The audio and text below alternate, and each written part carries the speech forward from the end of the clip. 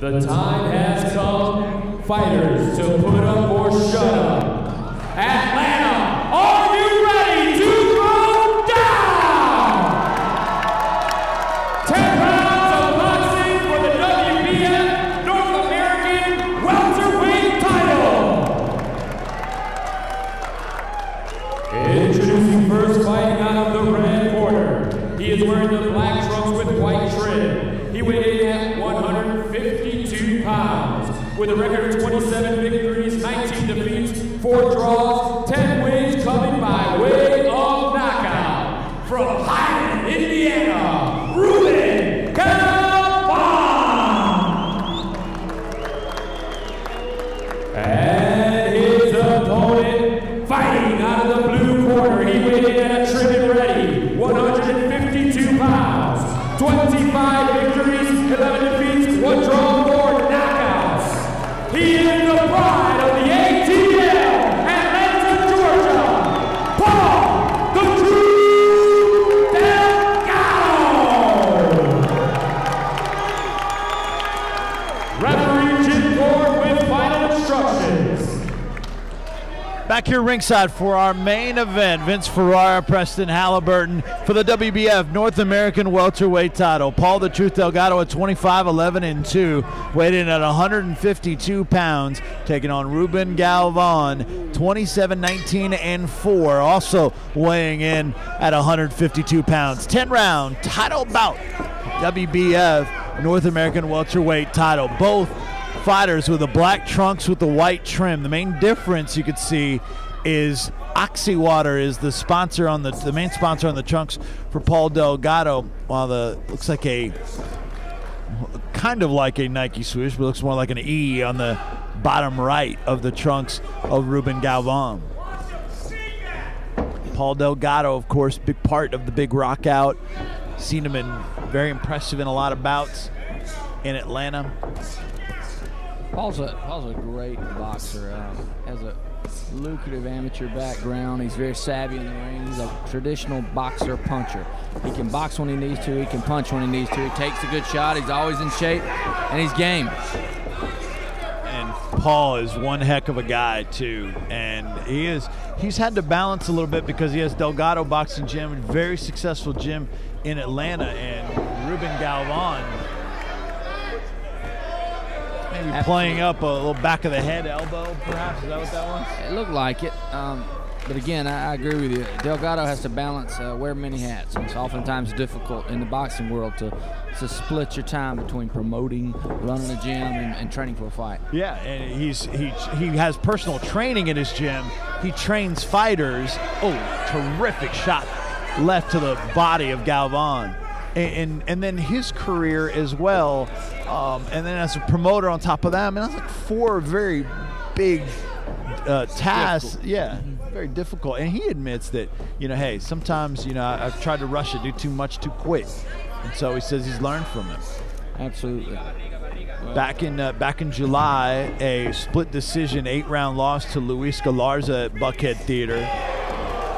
Paul Delgado, uppercut, feeling it. So one hand and that left to the body. Galvan urges Delgado on. He's game. Galvan, I think I might have said Galarza, but Galvan is eating some uppercuts, and now he drops his hands all together. I don't know how smart that is. He backs into the ropes, just inviting Paul in. Paul has him hurt.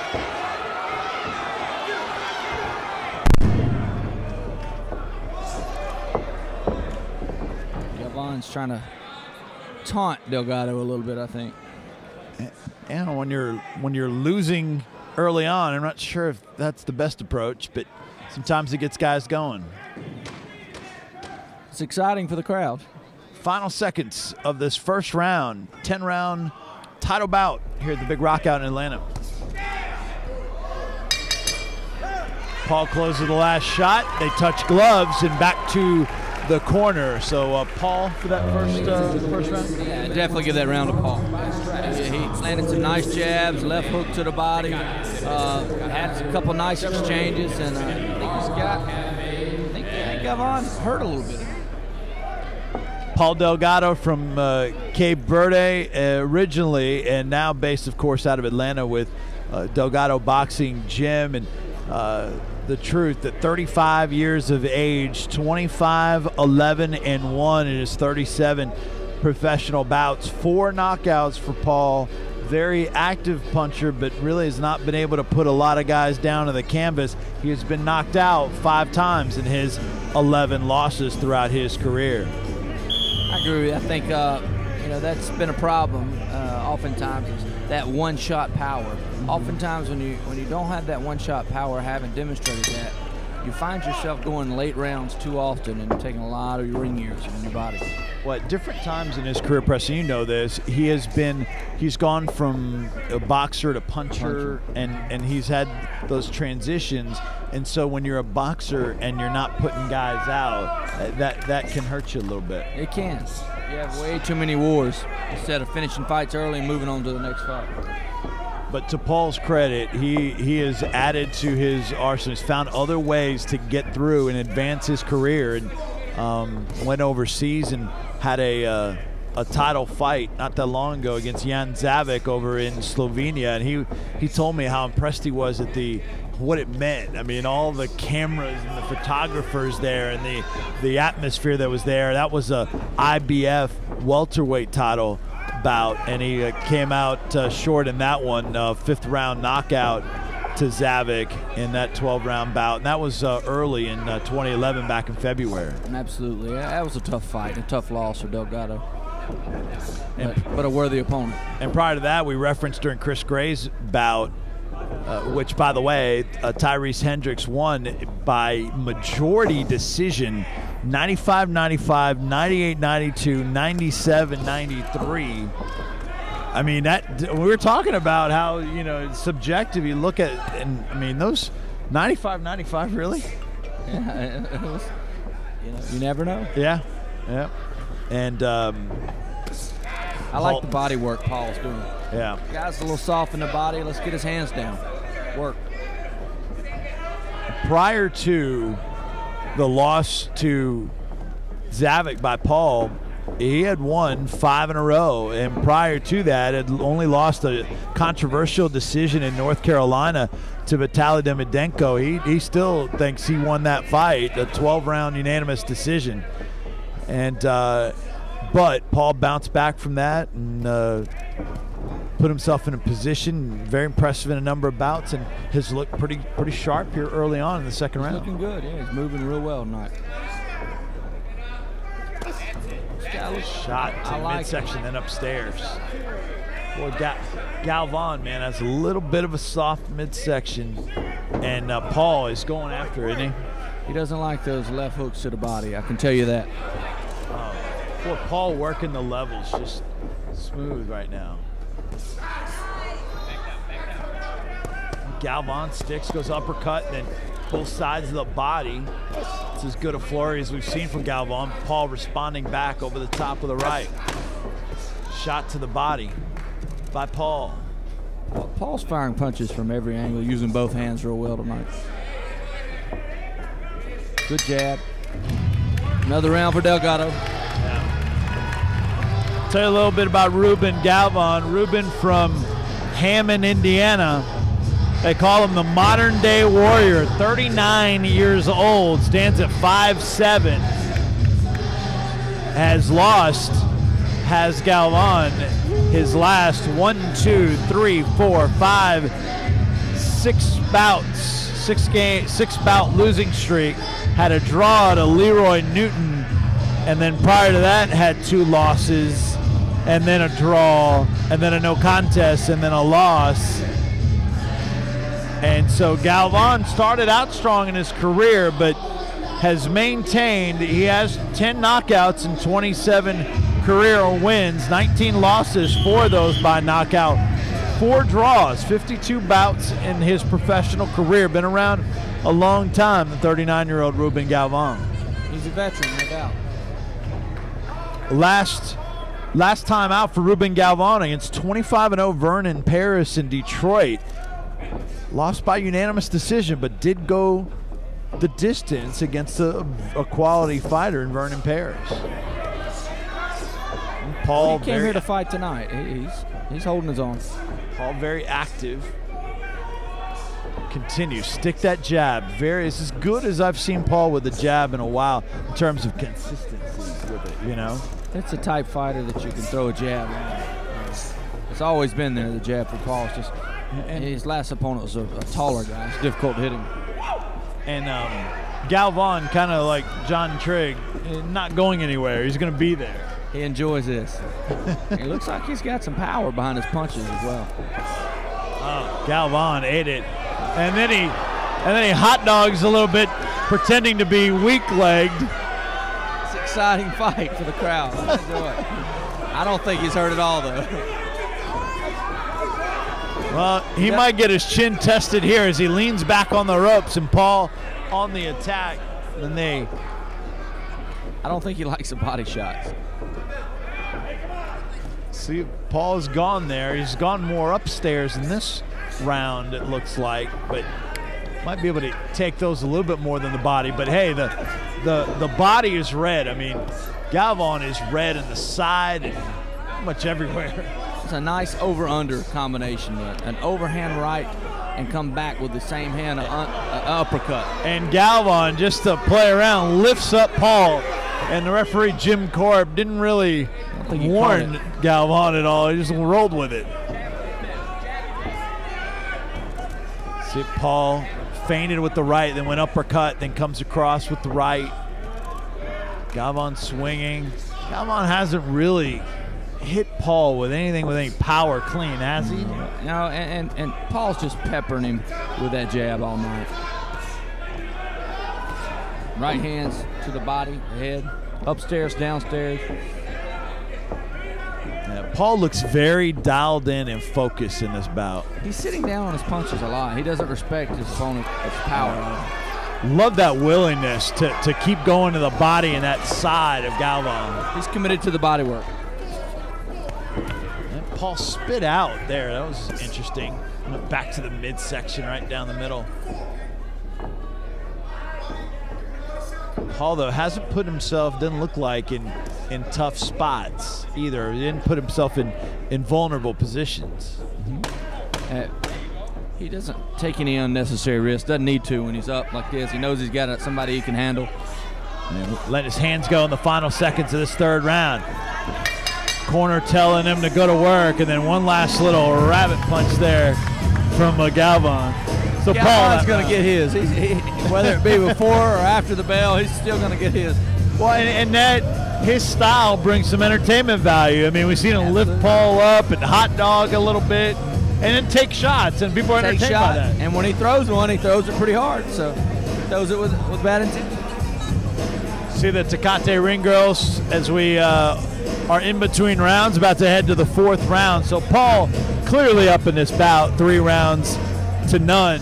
If you're in Paul's corner, you just tell him to continue to do what you have and just not take chances, or what do you tell Paul right now? Keep doing what he's doing. Just win the fight. Just go, let's put our punches together. Let's box.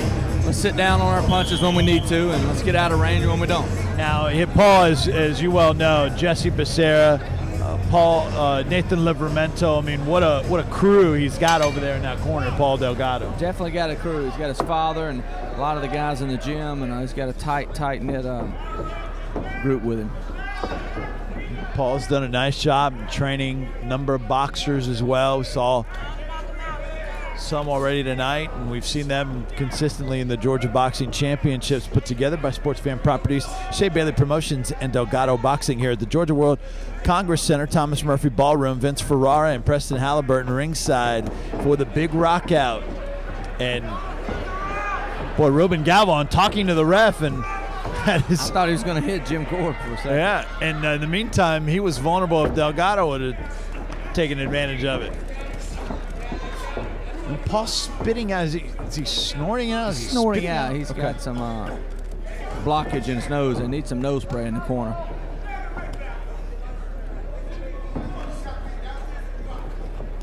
Both guys in the black trunks. Ruben Galvan, black trunks, white trim. The difference is he has an E in his lower right part of the trunks. Paul Delgado with oxywater.com on his trunks as his primary sponsor. I've not seen the Adidas boxing gloves. The Adidas gloves, the title and everything. Galvan just standing there looking at Delgado, now taunting body. him. And it eggs on the fans to want Delgado to put him down. That uppercut lands. Now Galvan going to try to punch out from in the pocket, and he gets out by punching his way out. Now Galvan connects with an uppercut, couple little shots to the body, and Galvan a little more active here now. Galvan's heavy-handed. Got some heavy hands. You don't stick around as long as Ruben Galvan has in now his 53rd career bout and not bring something to the table. Absolutely. Entertainment at least. And when he does that, I mean, here in Atlanta in Paulstown, it's dangerous move. when he hot dogs, the fans just go, oh, that was a tight shot by Galvan. Now he's going to run and turn sideways to Paul, and that angers Paul, and he's going after Galvan, and the fans want him to finish. Galvan only one hand up, the other one down, just asking for punches. Galvan's hurt his arm, I think. So do you think he was hurt there, or did he just... He hurt his arm. All right, so it's legitimate. Couldn't tell. I mean, the way he's hot dog, it's hard to tell whether he's legitimately hurt. Now he's pawing his own right arm up. I think he's injured. Yeah, you're right. He hadn't used it. Yeah, he's still trying to loosen it out. He can't block with it. I think he's injured. I wonder if that was from a punch of Paul, or might have thrown his shoulder out there. He can't even block with it. Oh, and then a flurry with all lefts from Galvan, one arm. Yeah, separated shoulder. So, Paul, I mean, another round for Paul, and we'll keep an eye on in the corner. And I think we might have an injured shoulder here. Elbow, it looks like, yeah.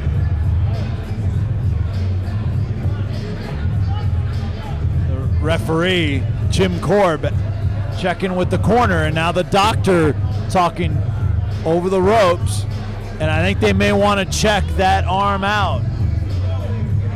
No, and he's saying no, and the doctor saying, pointing back. So, I mean, that was strange. A doctor should have already been over there checking instead of yelling across the ring. Right. Yeah, that's just very. And then Galvan spits up in the air. It looks like he's still in pain. He went a la Triple H for WWE fans, spitting the water in the air. But he did not get checked from the doctors like you would expect if he's complaining about it. Strange. And Galvan work still the elbow out. Maybe he's feeling a little better. Yeah, but in the meantime, Paul has connected here early in this 5th round. I haven't seen Galvan throw any right hands though since he injured the elbow. Galvan, who's an orthodox fighter, hadn't been able to use his right hand, and I don't know that fans have maybe been able to catch on that he might have that right elbow or arm hurt. It's red on the elbow. See it? Yeah. See his elbow? Yeah. It's red and swelling. Nice body work by Delgado. Oh, Galvan leaning back on those ropes, and Paul is connecting. Takes an occasional shot back from Galvan, but Paul is peppering Galvan. But now Galvan with that left hand, it's amazing. With only one arm, he's had this activity. He can't throw a right hand. This guy can't throw a right hand. He's hurt. The rest of the fans really think he's just hot dog. I think he's hot dog. I think the guy's injured. I think you're right. He can't block his side of his face. Oh, and it's pretty. It's one hand. He said he's fighting Delgado one hand. Fans really want to see Paul punish Galvan right now. Galvan is actually yelling in the ring, one hand. I can beat you with one hand. He's saying. He's taunting Paul? He's taunting that. He's done it twice. Wow. One hand, one hand. Wow. And I was just about, before he started, the Galvan started looking hurt. He's not throwing the right hand at all. Yeah. I was just about to ask, does Paul, because he doesn't have a lot of career knockouts, does he need to finish a guy in this bout, and maybe has the answer changed if Galvan is hurt and a one-arm boxer? Does he need that a knockout? Hey, you know, he's got fans no matter what here in Atlanta. Right. He'll always have a home here. He's put together enough credible, impressive performance. Well, and not in terms of his popularity or his. I mean, he's credible. He's popular. He's good regardless. But I mean, Paul wants to still get back in contention to try to fight for a title. Does he need that to get some more attention? Maybe get back in that picture. It wouldn't hurt. It would definitely be a positive if he could knock this guy out. A tough cagey fighter. And Galvan putting the right arm up a little bit. See, maybe he's feeling a little bit better with that right arm after dropping it a lot, but he drops it back. Final seconds of this 5th round. Shot to the body, and he says he took it in the back, but as he was complaining, he ate another right hand from Paul Delgado.